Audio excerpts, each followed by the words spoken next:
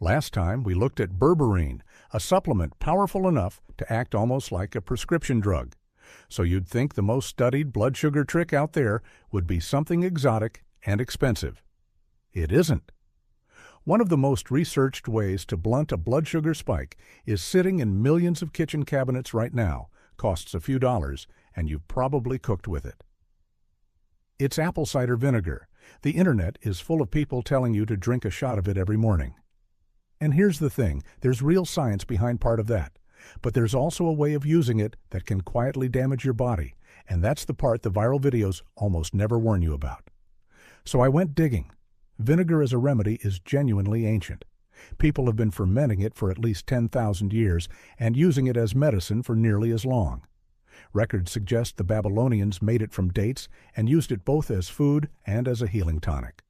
Hippocrates, the father of modern medicine, reportedly prescribed vinegar mixed with honey for coughs and sore throats, and used it to clean and dress wounds. Roman soldiers drank a diluted vinegar beverage called posca to stay refreshed on long marches, and it was even believed to help purify questionable drinking water.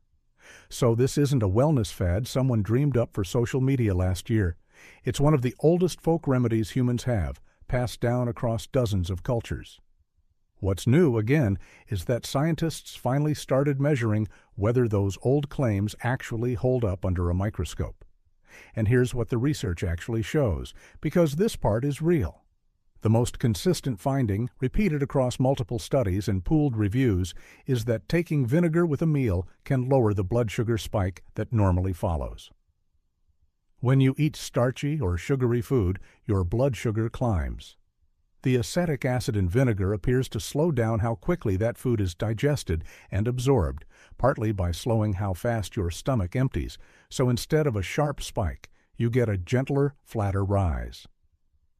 Researchers have measured this again and again in both healthy people and people with blood sugar problems. Some longer studies even suggest modest improvements in fasting blood sugar and the 3-month average doctor's track, though those results are more mixed and less certain.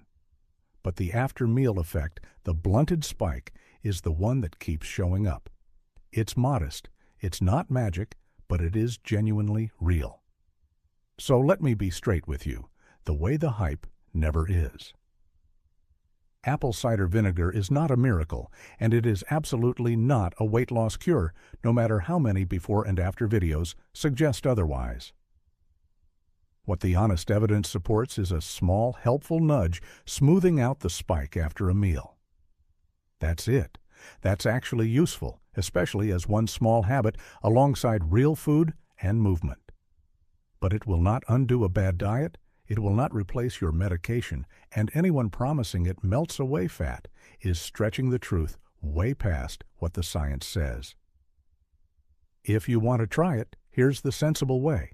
The typical amount studied is about 1 to 2 tablespoons, always diluted in a large glass of water taken just before or with a meal that contains carbs.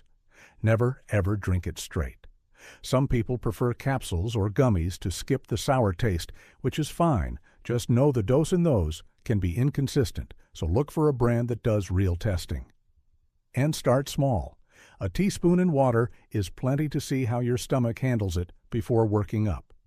Now the warning, and for this one, I need you to pay close attention because these risks are very real and very specific. First, your teeth. Vinegar is acidic enough to erode tooth enamel, and once enamel is gone, it does not come back. So always dilute it, drink it through a straw if you can, rinse your mouth with plain water afterward, and don't brush your teeth for at least 30 minutes. Second, never sip it undiluted because straight vinegar can actually burn your throat and esophagus. And the most important one, especially for anyone over 50. Apple cider vinegar can lower your potassium levels. That becomes dangerous if you take certain common medications. If you're on a diuretic, a water pill for blood pressure, vinegar can push your potassium too low. If you take digoxin for your heart, low potassium makes that drug more toxic. And if you take insulin or other diabetes medication, vinegar can stack with them and drop your blood sugar too far. People with slow stomach emptying, a condition called gastroparesis, should avoid it too because it slows digestion even more. So if you take any prescription medication or have a health condition, please talk to your doctor or pharmacist before making this a daily habit. This is not the place to guess. If you enjoyed the information in this video and want to continue receiving suggestions for new videos, like and subscribe to the channel. Also, check out the comments and description for a popular supplement that's a great ally in your journey to controlling blood sugar and losing weight. So that's apple cider vinegar, a genuinely ancient remedy with a small but real benefit, gently softening the blood sugar spike after a meal for just a few dollars. Used wisely, diluted in moderation, and cleared with your doctor if you're on medication, it can be a simple, honest little ally. Used carelessly, straight from the bottle, every day, it can cost you your tooth enamel or worse. The difference is just knowing the facts, which is the whole reason this channel exists. Next time, I'm digging into another everyday ingredient with a surprising story. If you like the real version instead of the hype, stick around, and I'll see you in the next one.